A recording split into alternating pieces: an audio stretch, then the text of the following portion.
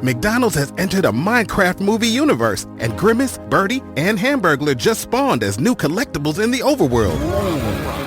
Now for a limited time, you can get one of 6 McDonald's collectibles when you order a Minecraft movie meal. Ooh. With your choice of Big Mac or 10-piece chicken McNuggets with spicy nether flame sauce.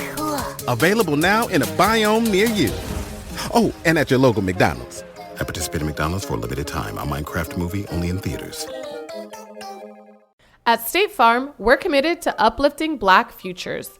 In collaboration with organizations like 100 Black Men and National Urban League, State Farm provides high school students with the opportunity to learn and apply best practice strategies for saving and investing, all while offering academic support, life skills, and exposure to college access programs to prepare these students for life after high school. Check out 100blackmen.org and nul.org to donate and learn more. Like a good neighbor, State Farm is there.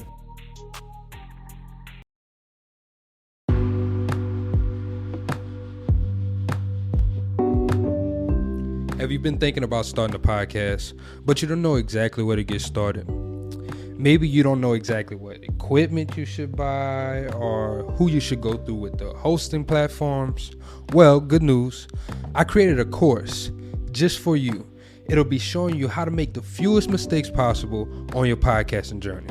It's called the Podcaster's Playbook, and it's a total masterclass taught by me, showing you all the techniques and tricks that we use behind the scenes of the Black Wealth Renaissance podcast.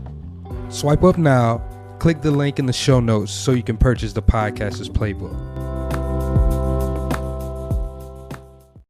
What's up, y'all? It's your boy David with Black Wealth Renaissance, and I'm here today to tell you guys about Anchor.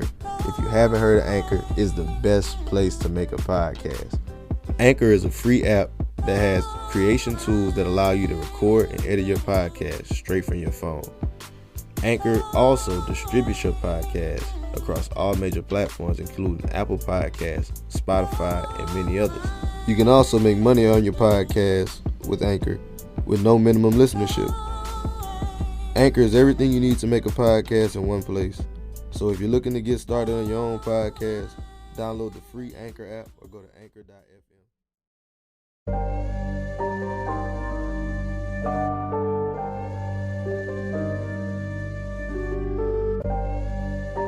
You know the rules of the game. Yeah. When you know the rules of the game, I don't care what color. Can you make me 100 million? Let's talk money. Can you make me that? If you can't make me that, I won't talk to you. You shouldn't even be at this table. Hey, I got money on my mind. I'm just trying to get some dough. I ain't picking up my line unless it's money on the phone. Gotta get it on the daily. All I want is dubs. You know what I'm on. I've been chasing after paper. All I know is run money marathon. Do 5 years of this and be a millionaire and go on do what I want to do, have kids, go live my chip and joy in a gang life out here in Texas, or struggle for the next 10 years. The choice is yours. What's up, guys? Welcome to the Black Wealth Renaissance Podcast. Our goal of this podcast is to normalize Black wealth and share helpful resources and tips we believe will be useful in attaining and maintaining generational wealth. Please feel free to rate and comment on our podcast. We would love to hear all feedback you have. Now, enjoy the show. Welcome, everybody, to another episode of the Black Wealth Renaissance Podcast. Your boy, David Bellard, 1/4 of the Black Wealth Renaissance, checking on my co-hosts. Fellas, how y'all feeling? What up, what up, what up? It's your boy, Jalen, man. Another quarter of the Black Wealth Renaissance. Feeling good, feeling great. Like I said, we still dealing with this bullshit-ass winter weather, man. It's about to start snowing outside, so we can't be, can't be on the roads like that, man. Jared, how you living, my dog? Man, I'm good, man. I'm chilling. What's good? It's your boy Jared, another 4th of the Black Wealth Renaissance checking in. I'm just chilling, man, and not enjoying this cold, but enjoying this day off.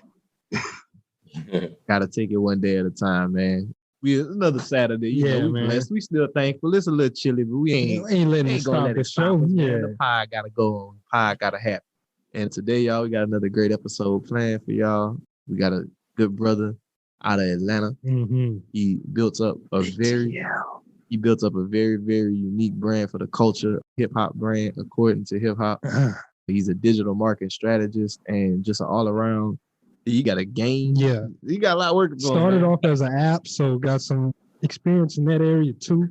Man, brother, just really been working. Yeah, man. brother Michael Dothard out of According to Hip Hop. Michael, how you living, bro? I'm doing well, man. Appreciate you guys having me on the program. No problem, my brother. Appreciate you for coming on. So I want to kick this thing off how we always do, Mike, man. We want to ask you, like, what was your start? Like, how'd you get started in entrepreneurship, marketing, all that good stuff? Well, you know what? I think I, stumbled upon it. Honestly, I started off in radio back in the day, right? Mm-hmm. And so my experience in radio, it was one of those things where it wasn't what I thought it was going to be. You know how you have like a love for something, and then when you finally actually get in that industry and actually get in that workplace and in those offices, it's something different than what you thought it was. Mm. And so my whole thing was like, man, I really wanted to be the way that I thought it was going to be in my head. And mind you, this is before, internet became like one of those real big mediums for music and just culture altogether. And, fast forward, myself, Maurice, who's one of the other founders of the According to Hip Hop trivia game. Shout out to Maurice out there. He couldn't be here today. And yeah, we were going back and forth with some, hip hop questions and kind of created this game just on the fly, really. And then it turned into one of those things where we were like, okay, well, we got to promote the game. So we got to create a Facebook page. We got to create an Instagram page. And we did that. And so I was kind of controlling that. And I just kind of got addicted with it. And then it turned into a platform where people were speaking about hip hop, and then turned into a platform where there were discussions about, the latest and greatest in hip hop. And then we started informing people, just listening to the public. And then next thing you know, this thing turns into a full out media platform, gets to a point where we're actually releasing music. And I'm like, you know what? I can use my journalistic background to actually build this into an actual media platform. From what people know today, according to hip hop on Facebook, we're nearly at 1 million followers organically. And that was just basically on the momentum of people and listening to people and what they wanted to hear about, the culture and keeping people updated on the culture. And so, like I was telling you guys offline, we were like, you know what, let's go back and hit people with this trivia game that was initially supposed to be an app. And we're like, you know what, let's do this in physical form. People can enjoy the actual game of According to Hip Hop. So we're kind of having to dial back a little bit and let people know that not only do we have this media platform, but we're getting back to the essence of what it is and, putting this trivia game out there. But to answer your question, yeah, my start in radio kind of inspired that journalistic side of, what the platform became. And what it, has continued to grow on to be in original content. And it's amazing to see that radio is not the end all be all for artists anymore the way it used to be. Mm-hmm. Yeah, I dreamed of this day, honestly. That's dope, man. Yeah, I like that. And I think it kind of like, I see it from a deeper point of view. Whenever you got on the radio, what was your reasoning for getting on the radio? You just had a pure love for hip hop? Yeah, it was pure love for the music, man. Like you grow up listening to the radio and you think it's this magical thing that's supposed to really give you what the next thing is. Mm-hmm. I don't listen to the radio anymore, but you know how you get in like a rental car or something sometimes and, a radio station's on. And I was listening to the radio and they were kind of like, you know how they give you that teaser, like, well, when you get back from this message, we're going to let you know this, and this as far as news goes. And I'm like, you can't even do that anymore. Somebody just pull up their phone and just Google it. You know what I'm saying? Like you can't, there's no dangling carrots anymore with radio. Like radio's definitely lost that magic.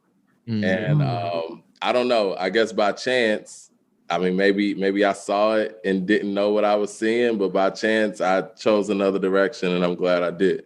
That's what's up though. Like, and I like that you let your background in radio kind of like influence that, like really help to shape that brand out. So I kind of want to get into the building of the marketing side of According to Hip Hop. Mm-hmm. So like you said, you started Facebook groups and these things, you were just kind of listening to your audience. Could you tell people like what that really looks like in terms of like growing and scaling to 1 million followers organically? Yeah, honestly, current trends and current topics, It's one of those things where I don't want to say it's trial and error to an extent, but it kind of is, right? You know, like you never know what piece of content that you're going to post up there is actually going to go. Like sometimes the things that you think are going to be huge aren't.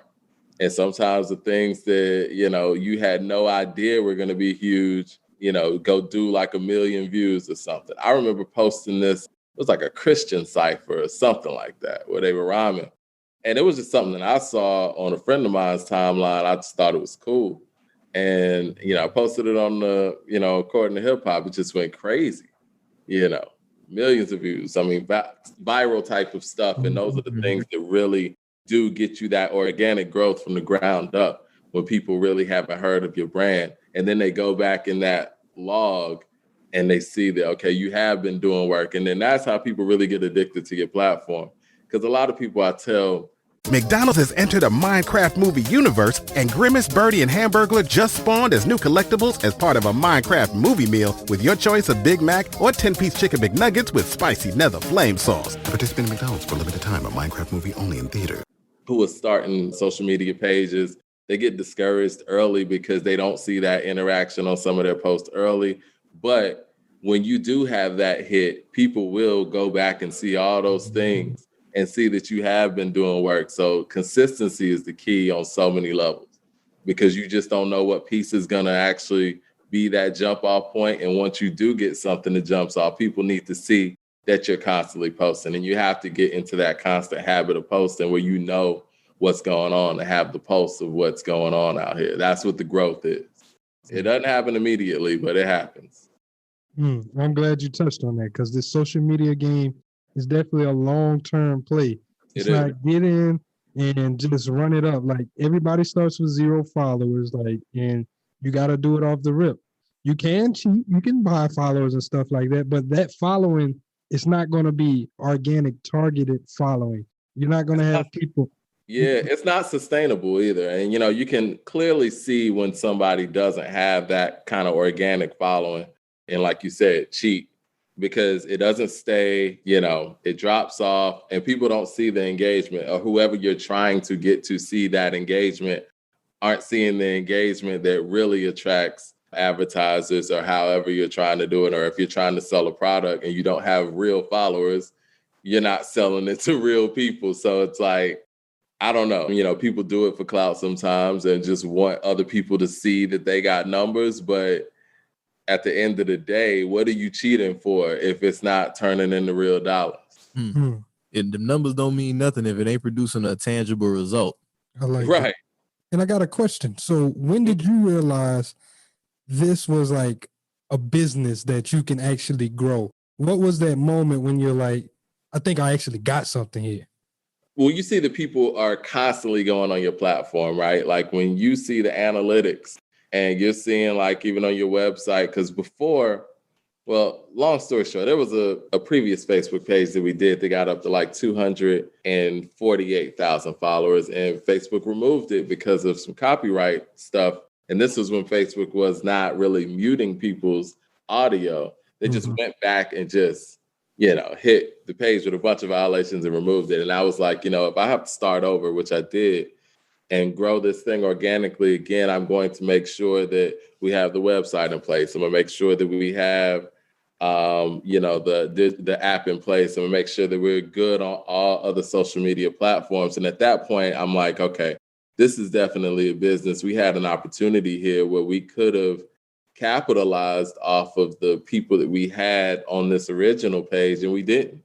So that was the moment when I really knew that, yeah, this has to bring in the money that we possibly could have. You don't want to leave money on the table. But yeah, when you see that people are addicted to your platform and are on there every day, that's when you know you have a possible business opportunity.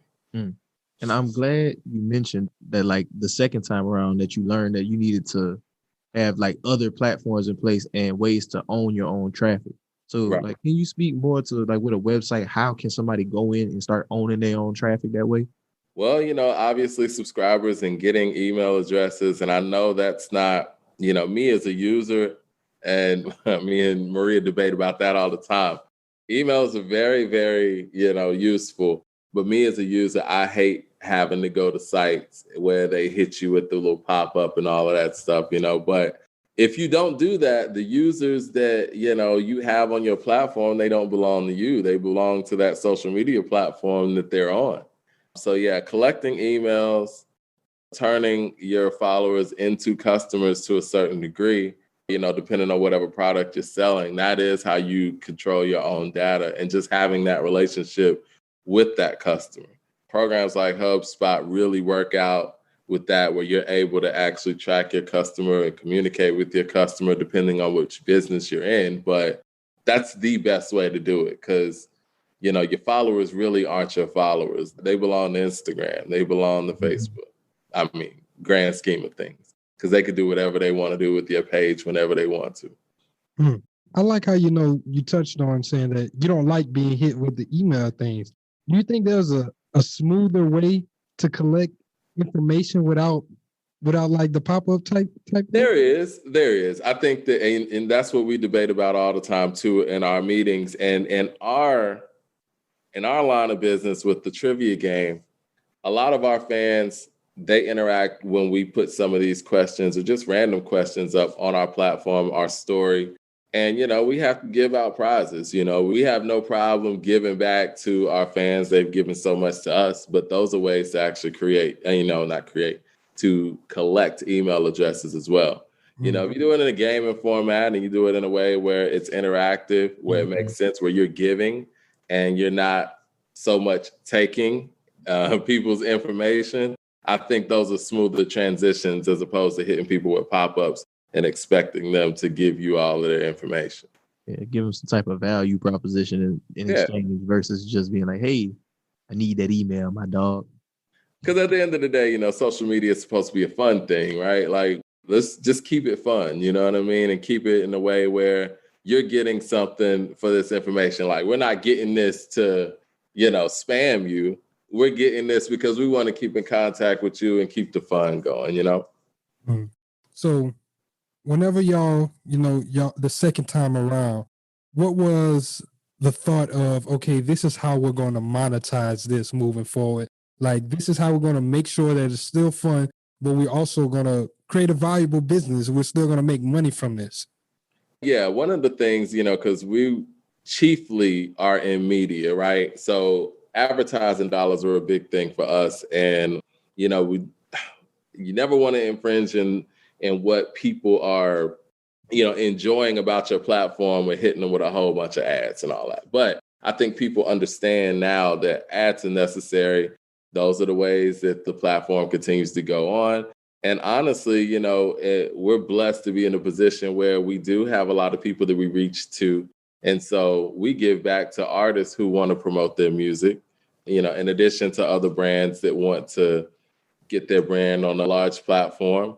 But I think that the biggest thing that I wanted to do, I wanted to make sure that we had products that were personal to ourselves, like the trivia game, like the yearbook that we were speaking about earlier. And these are things that people can know the brand for. And these are things that, we can monetize on. Everybody wins. I think that the advertising is great. And I love advertising dollars and all that stuff. But for me, when you're able to give people a product and, and they enjoy it, they get something, we get our, revenue, everybody wins, So I kind of want to go a little bit deeper into the game and according to hip hop. So we'll start off with it being in its earlier stages, which was an app, correct? Correct. It started off as a mobile app. We were available on iTunes. Yeah. So what did that look like whenever y'all were like, okay, we're going to create this app? What type of process was that? Like, you had to go find your developer and everything. Was it easy? Was it hard? Because originally, like I said, myself and Maurice came up with the game concept, and a gentleman by the name of Ronald Young, he does like a lot of our visual content now. It was his idea to say, let's do this as a mobile app. And so, we went and found a developer, and we had to go through all these specs, and the space was new at the time, honestly. And just, we didn't know what we were doing, honestly. And Apple took forever to clear it. They would, how Apple does when they clear an app.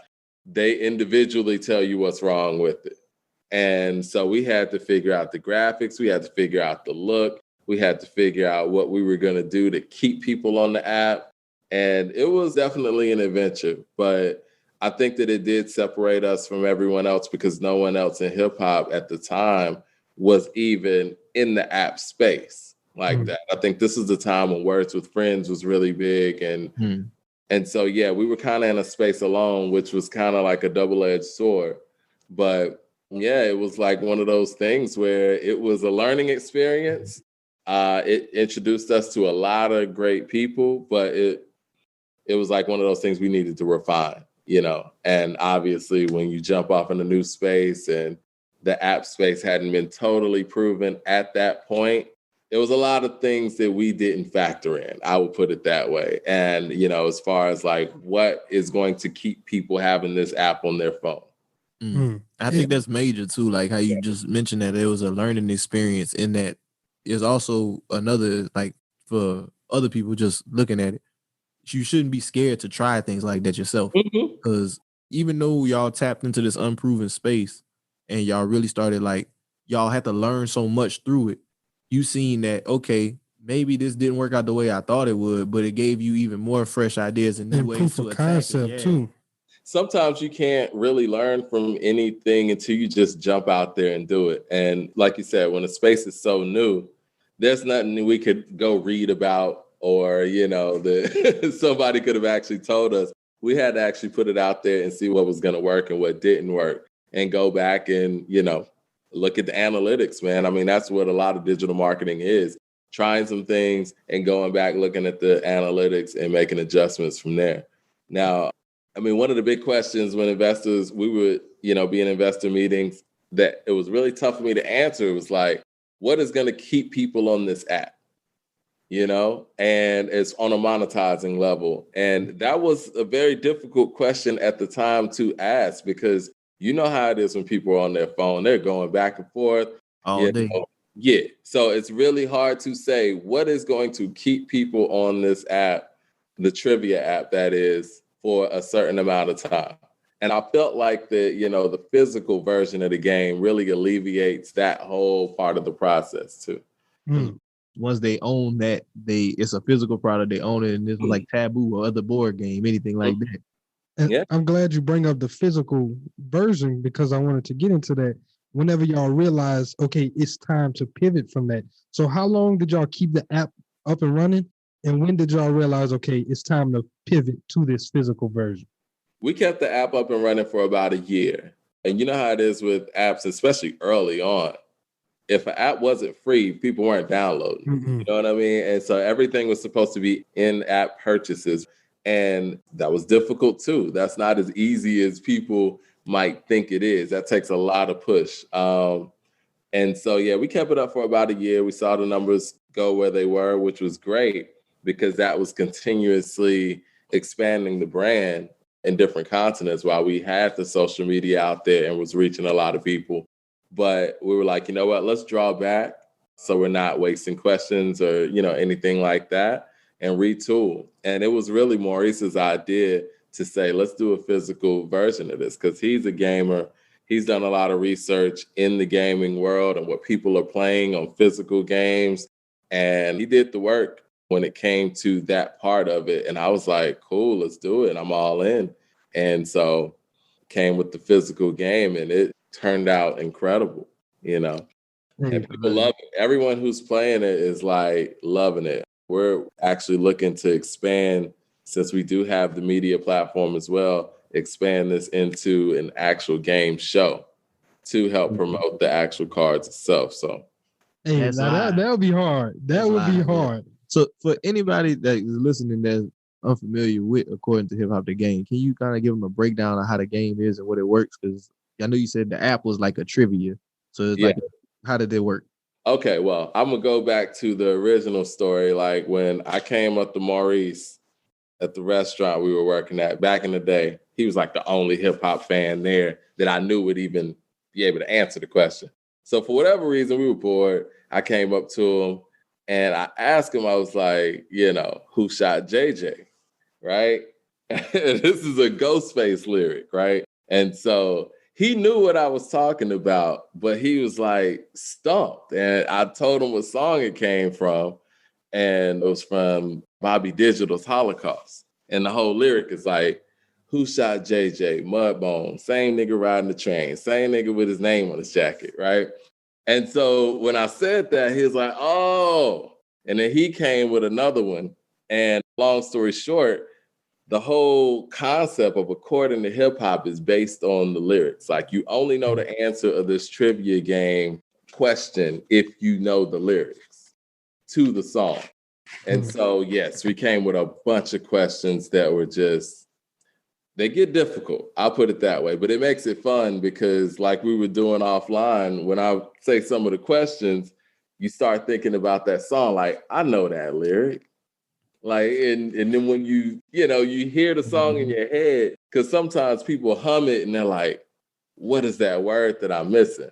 But that's what makes the game so different. So I'll give you an example. So this is one of the cards in the deck. I got a Nas question here. It says, according to Nas, who would Nas make mayor of the cities? And this is If I Ruled the World. I knew what song it was. Yeah, okay. You need a hint? Yes, give me a hint. She was an author, activist, and a leader of the civil rights movement. According to Nas, who would Nas make mayors of the cities? Angela Davis? Mm-mm. Let's see. I'm trying. Coretta Scott King. Coretta. I wouldn't have got it. I wouldn't have got it. But I still think it's dope in that, like, the way it's structured. It's a cool structure in it because it brings people back. Definitely with like, I know you mentioned to me that they had, you not only do like the 90s hip hop, but you have hip hop all over, like from Yeah. I mean, all the way up to Cardi to here. Like, yeah, everything from Kool Mo D to Cardi B, man. So, I mean, here's an easier question. It's like, according to Nas, what's the cousin of death? Sleep. Yeah. So, yeah, it's in those formats. And what we wanted to do originally with the platform was to make people pay attention to lyrics. Mm. And the long-term goal in that, too, is like when artists are writing music, you know, they're getting their pen together so they could possibly be a question on the game. You know what I'm saying? That's hard. Now I'm thinking about it. I even think about some ways that y'all could have hindsight with the app. Like I'm thinking about the Ellen DeGeneres, the heads up game, right? Mm-hmm. Where, you know, I'm pretty sure you played. Yeah, Ellen DeGeneres made that shit. But like I could have saw y'all doing something like that and having the different card decks. So you could have had like a 90s deck or had an R&B deck or something like that. Yeah, we're working on that now. Yeah. So yeah, we're going to do different decks. And I do think that there is a space for us to get back into the mobile app space, but we do want to get people familiar with the physical first. I like that. Just so it's accessible to everybody. But right now, you know, what we're looking to do and how we're doing it, we want to make these real time capsule pieces. These are collector's items at this point, you know? And once, you know, a lot of these are out there in the world, we'll probably stop and go straight mobile. Who knows? Or we'll just do a bunch of different decks and different add-on decks. So I'm going to get that. The expansion packs, that's hard. I like that. Yeah, I mean, we sending y'all decks anyway. Come on now. Man. Hey, man, I still got to support though, man. Like once the new ones drop, man, like, yeah. I feel like that's going to be a hit at the next game night, man. That's what I keep thinking about as a game night type, almost like a drinking game night, family game night. You can really mix it up a lot of different ways. And, you know, and that's the thing that I love, too, is the fact that, you know, the mobile was great and what we experienced there. But with the physical game, you really see people enjoying it, you know, and you see groups of people being able to interact. And that's what we really set out to do in the first place. It's like the mobile was more of an individual thing where people were playing the game individually. We had other capabilities where you could compete with another person there, but it's not the same. It's like when you have a physical deck and you got 5 or 6 people around and you got a person that wants to answer the question that thinks they know it. It's just a different interaction, you know? I like that. I have a question from earlier. It's something that we had kind of mentioned something, but we ended up going into a different topic. You mentioned whenever you were going with your investors, you were looking over your analytics for the app. I kind of wanted to ask, like, what are some of those key analytics whenever it comes to marketing that people need to look at? And then I guess the second part of the question would be like, what does it look like finding investors for a mobile application? Early on, we would go to different pitch competitions, to keep it real. And I think a lot of people were intrigued more so about the idea because, again, it was so new. And it's like, you know what, let us listen to these young dudes and see where they're going with this. Mm-hmm. You know, you don't want to miss an opportunity in that way. But for us, finding potential investors at that point was more so, you know, pitch competitions and people who were looking for those opportunities in those industries. So I would say that looking for an investor is going to be predicated on your industry in particular. Now, the other question, the analytics that investors are looking for is how they gonna make money, you know, and depending on what you're asking for, how are you gonna get this money back? And how is this person a customer? What has this person proven to you to be a customer? Have you sold anything to this person? Honestly, that's the biggest analytics. If you got 100 people and you've sold something to 80 of them, that's more attractive than you got 1,000 something people and you've only sold to 10 or 15. Because now you got the actual I got a product that they want. Mm-hmm. You got the proof that you got a product that they want. Because whoever that investor is, they can pump in whatever they need to get that in front of more people. Mm-hmm. That 80% looks good. That means that whoever you put this in front of, they rocking with your product. The NBA playoffs are here, and I'm getting my bets in on FanDuel. Talk to me, Chuck GPT. What do you know? All sorts of interesting stuff, even Charles Barkley's greatest fear. Hey, nobody needs to know that. New customers bet $5 and get $250 in bonus bets if you win. FanDuel, America's #1 sportsbook. 21 plus and present in Virginia. Must be first online real money wager. $5 deposit required. Bonus issued as non-withdrawable bonus bets that expires 7 days after receipt. Restrictions apply. See full terms at FanDuel.com/sportsbook. Gambling problem? Call 1-800-GAMBLER. Mm-hmm. So with that, you go from digital to physical. So instead of looking for investors, now you got to look for a manufacturer for the cards, correct? Yes, correct. So what does that process look like? Going from getting investors for this mobile app to now I got to find a manufacturer so I can distribute these cards. Yeah, that process was very interesting because then you got to worry about cost and what you're charging on that level.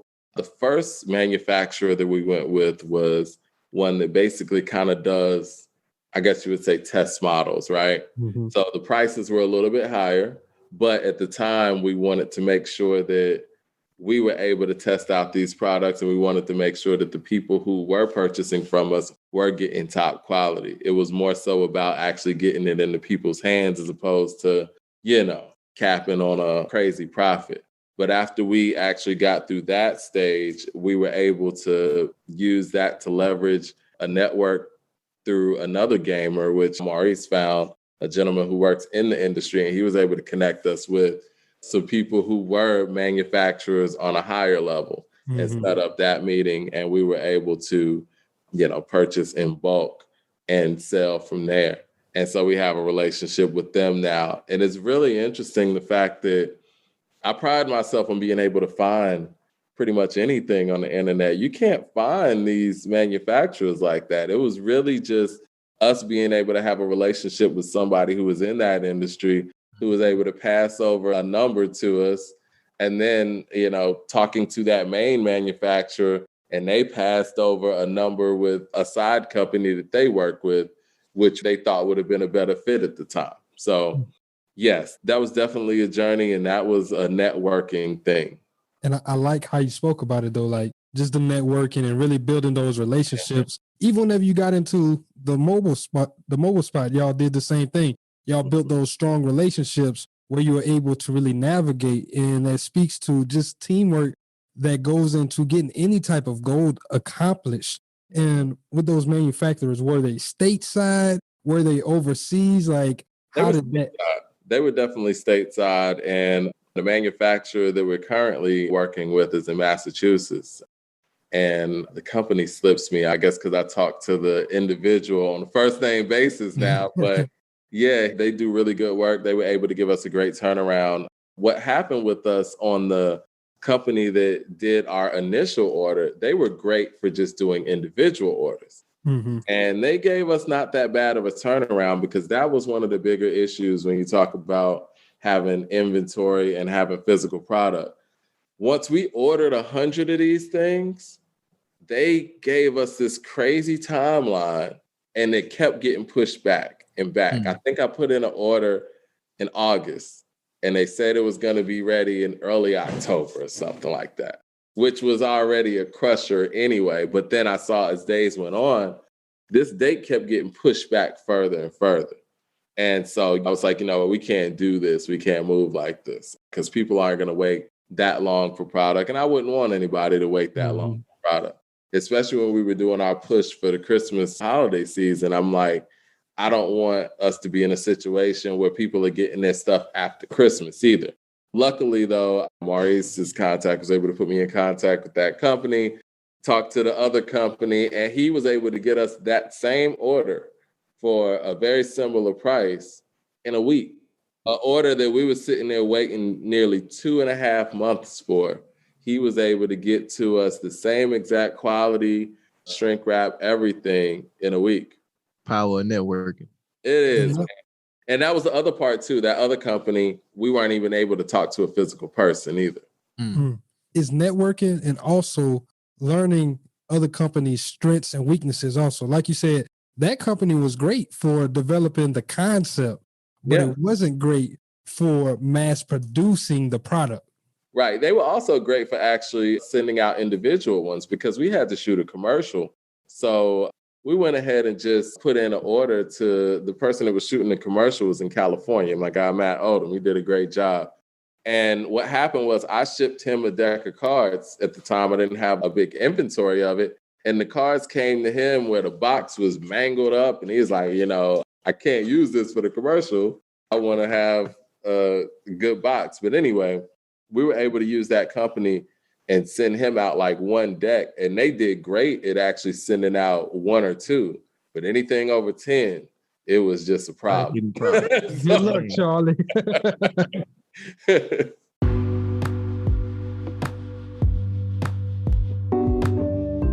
Have you been thinking about starting a podcast, but you don't know exactly where to get started? Maybe you don't know exactly what equipment you should buy or who you should go through with the hosting platforms. Well, good news. I created a course just for you. It'll be showing you how to make the fewest mistakes possible on your podcasting journey. It's called the Podcaster's Playbook, and it's a total masterclass taught by me, showing you all the techniques and tricks that we use behind the scenes of the Black Wealth Renaissance podcast. Swipe up now, click the link in the show notes so you can purchase the Podcaster's Playbook. So I kind of want to go a little bit deeper with the physical and everything. So after, y'all get y'all kinks out with the manufacturing stuff, y'all get y'all bulk products in. Now you got to find storage. Are you storing this at home? And then you also got to think about the second side, sales. How you selling this? You on the streets? Is this e-commerce? How we doing this? Well, we're using, we have a large audience of social media. So we've been using our social media audience, using our 15-second commercial through social media marketing as well, doing some Facebook and Instagram ads. And, point per click, all of that stuff. So we've pretty much been digital with it. Now, I did notice, though, when we were going out to different events and being able to show people the product and talk to people, the sales were happening like that, Hand to hand's great. Unfortunately, during COVID, we have limited opportunities when it comes to that.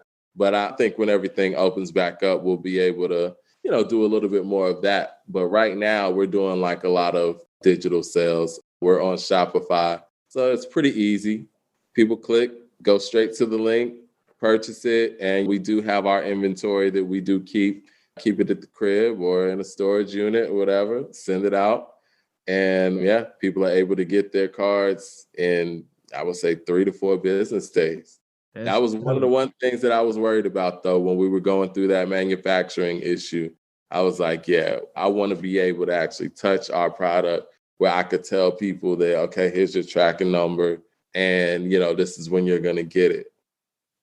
That's a major thing with selling physical products. Like, you cannot shipping is a make or break whenever it comes to having physical products. If you got people ordering stuff, like you said, with that first manufacturer, imagine they ordered the stuff in October and now you can't get it until December.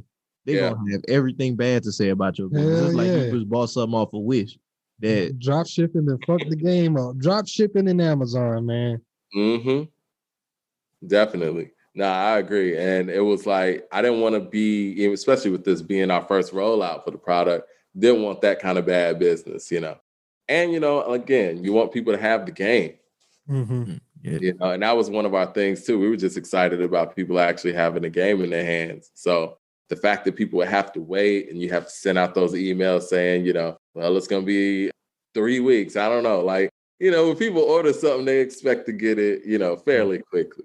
Because you order something from Amazon, obviously Amazon is Amazon, but that's what people's mindset is. It's like, I order something from Amazon, I get it the next day.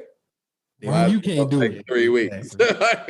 It's crazy. So, Mike, man, what would you say, like, if you could offer any words of advice to somebody who has like an idea for a physical product in their head? Like, what would be some steps or something they could take to maybe find that first manufacturer?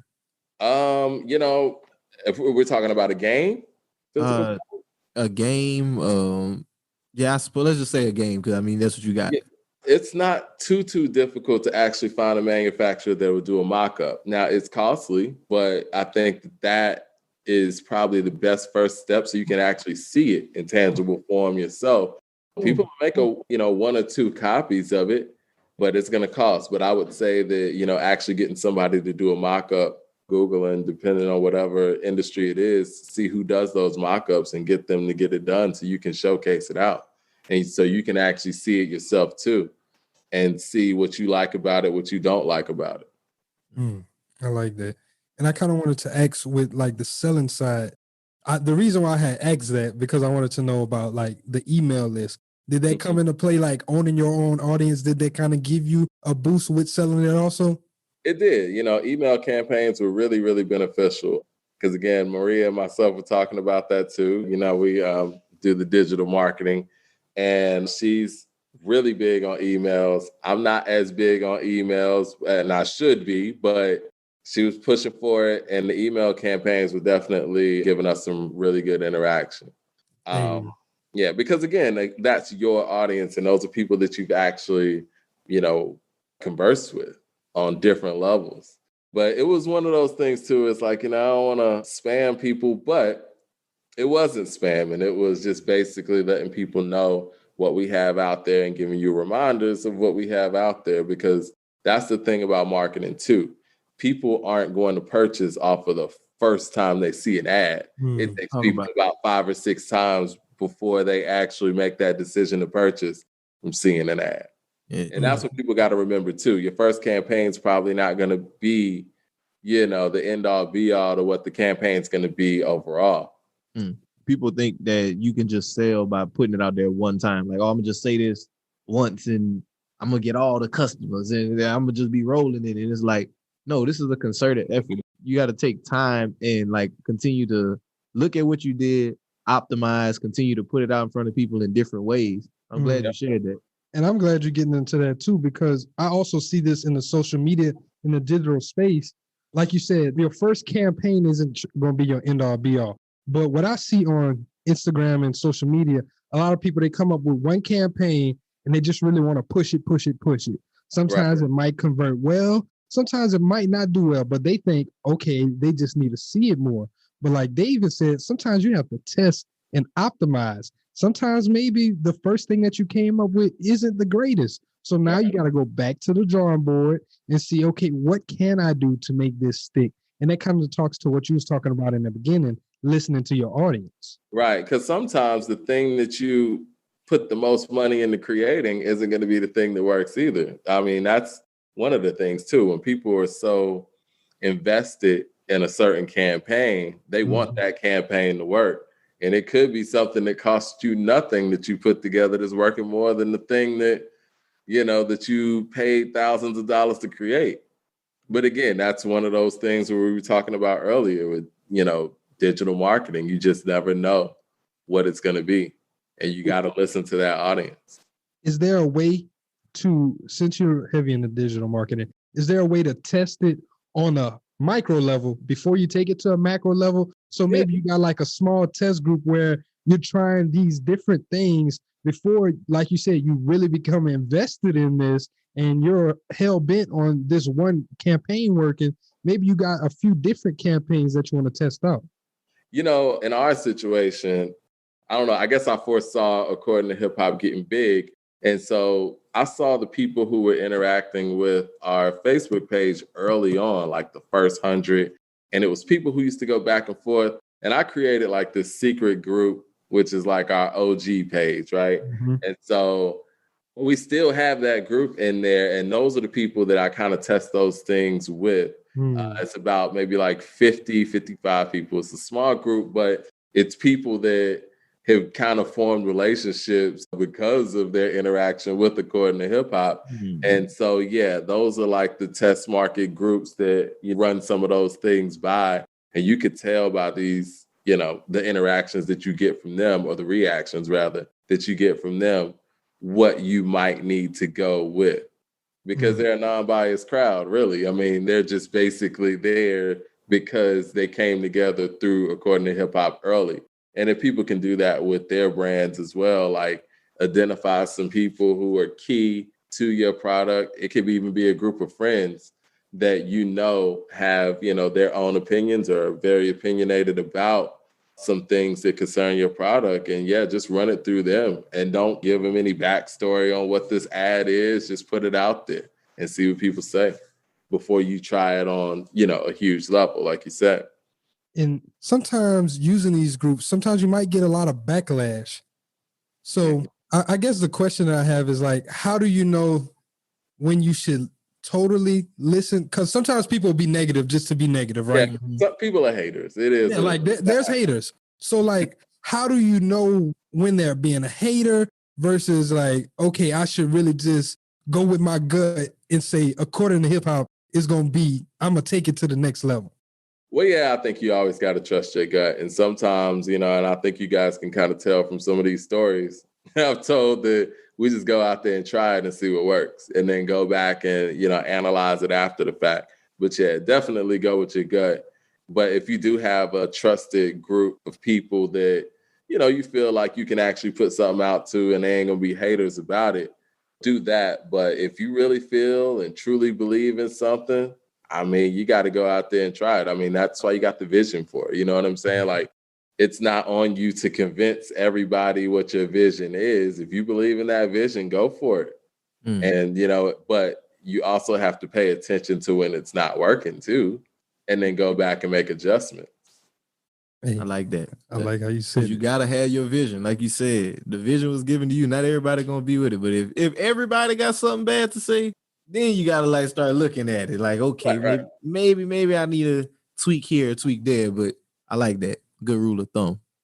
I kind of want to go back to like the monetizing of the blog. Like you said, you know, the advertisement dollars.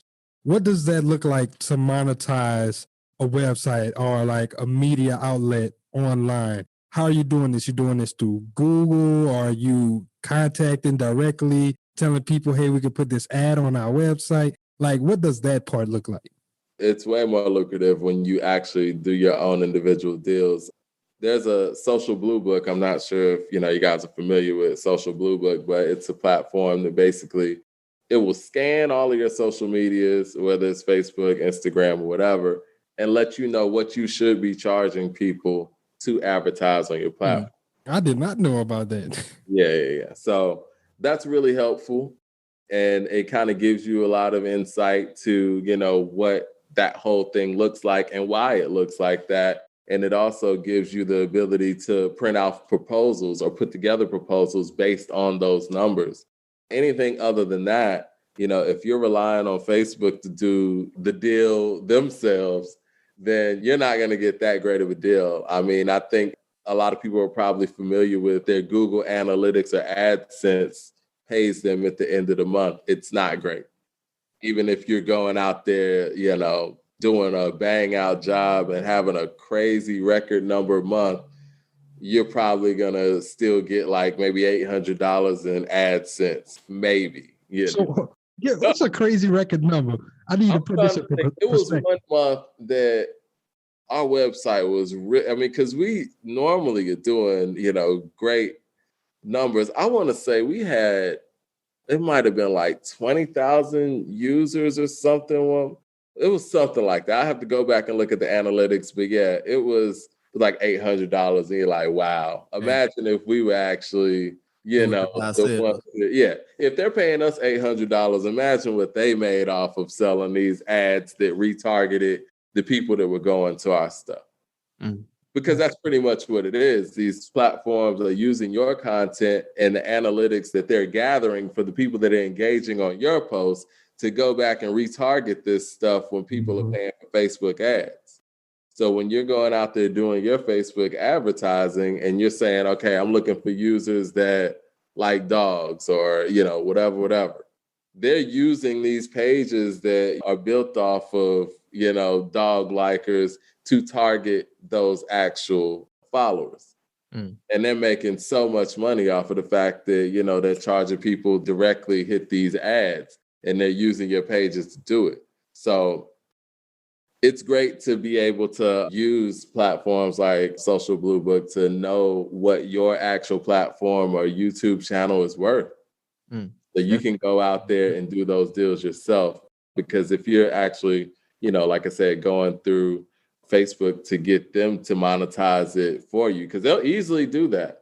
They'll monetize it for you, but you're going to get pennies on the dollar for it. They need that cut. So I kind of want to go into like, after you get like a quote on that, what does it look like to try to find, I guess, appropriate advertisers on your platform? Do you kind of look at what Facebook and Google are putting on your page, or like, how you find people that would want to advertise on your platform?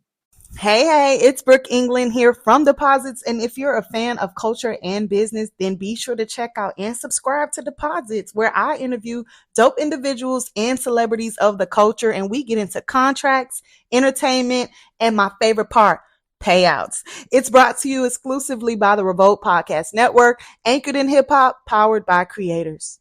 Well, like I said, artists reach out all the time and want to advertise, but you can really see who in your industry advertises to industries like you, if that makes any sense. I mean, you talk about hip hop, Red Bull's huge in hip hop, Sprite's huge in hip hop and things like that. Or you could even just go broad and not even hit individual brands. Like, what makes sense for your users and what could you actually sell an actual product on? Like, what could you tell that person that you could do for them based on what your audience is, if that makes any sense?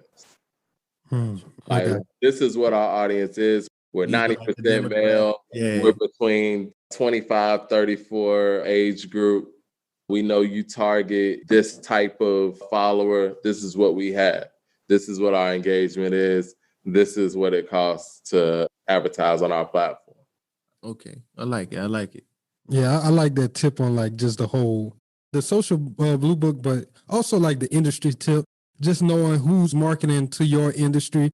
Even like with the hip hop thing, like maybe if it would have been someone they got this new software technology allowing artists to upload their music or something like a United Masters probably would have fit well. Or maybe they got like this groundbreaking for producers who want to sell their beats at a higher frequency or something like that. So something like that, tailored to around whatever you're talking about. I like that. I think because I get those advertisements on my timeline for like TrackLib. I think that's one of those platforms where you're able to have a subscription base and you can actually sample everything they got in their catalog to make beats for.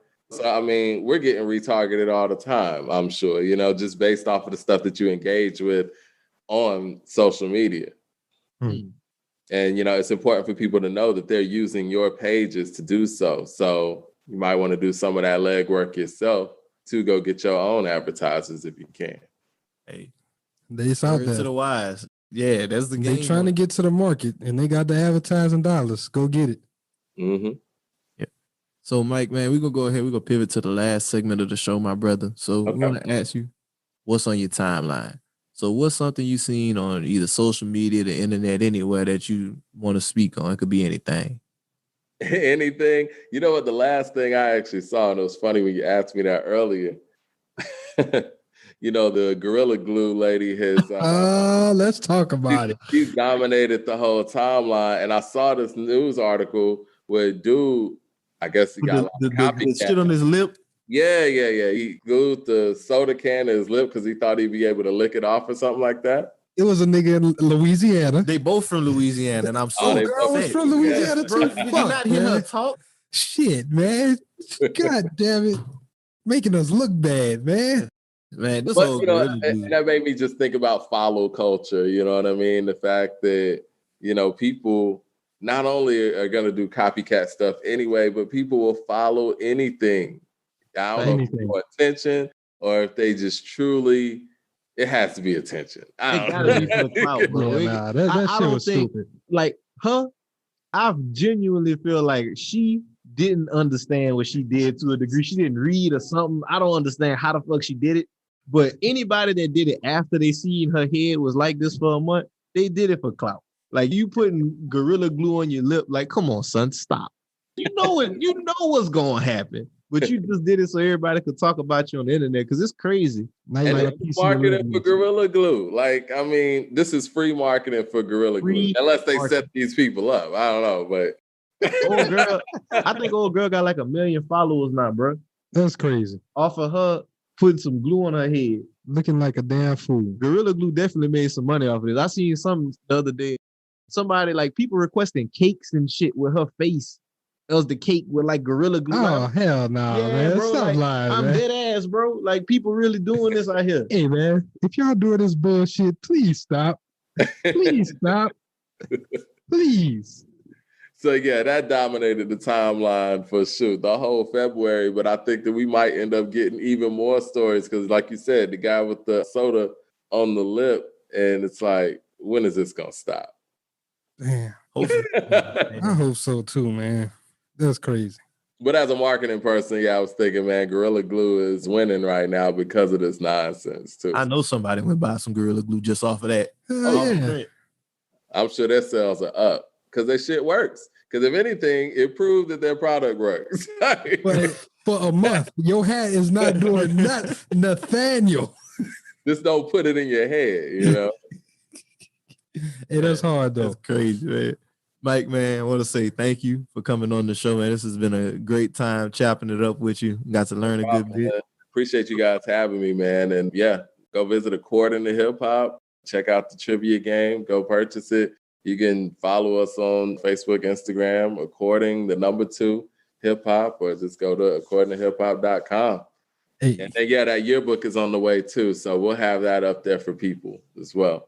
Give them a little snippet about what the yearbook is about. Yeah. Basically, the yearbook is going to be one of those things where 2020 was a very, very active year. And there's always a lot of active years, but obviously we know 2020 was extremely active. And I think in this digital space of news and media, we get lost in it sometimes. We talk about topics and then they're trending for a minute. I think we're going to forget about Gorilla Glue Girl by the summertime. So what we figured we would do for the year 2020, we just collected all the data from everything that our followers were talking about the whole year and put it in one book so that people would be able to go back to the year 2020 and actually reflect on the year accurately and understand what people were talking about in hip hop, what was going on in that year, and, have it in a tangible form where people are able to actually see history and we could document history as it's happening.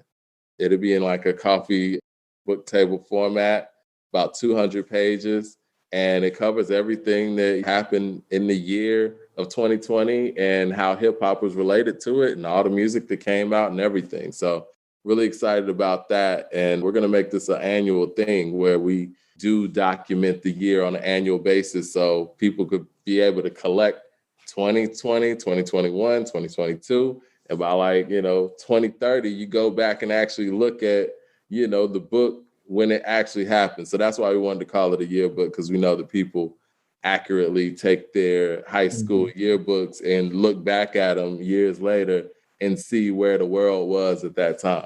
Accurately. Like a time capsule. Yeah. So it's real cool, man. It was real fun putting together. And, since we do have all the data and analytics, we figured, you know what, we'll go ahead and use this for something where we can actually document culture in a way where it's accurate. Because I think that's a big problem we have in Black culture and in hip hop, period, is the fact that we don't document our culture accurately. And years later, people start rewriting our history in front of our face. That's deep. We figured that, we would try to alleviate that in our little microcosm where we can, you know what I mean? Roll the narrative. I feel it. I love it. Definitely. But yeah, all that'll be available on any of our social media platforms or accordingtohiphop.com, man. We really appreciate y'all having us, though. Hey, no problem, my brother. Before we get up out of here, we'll get into a few house cleaning items.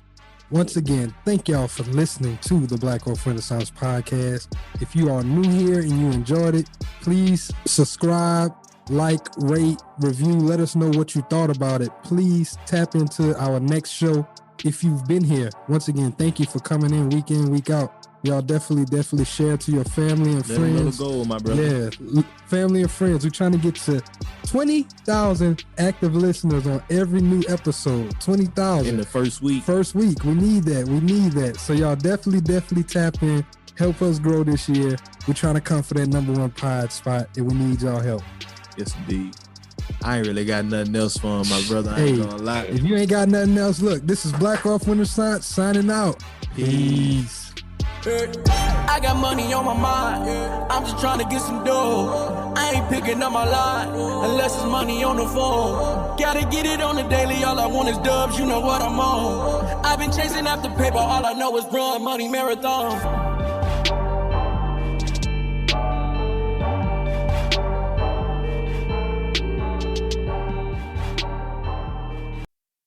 When it comes to clothes, it's great to have options.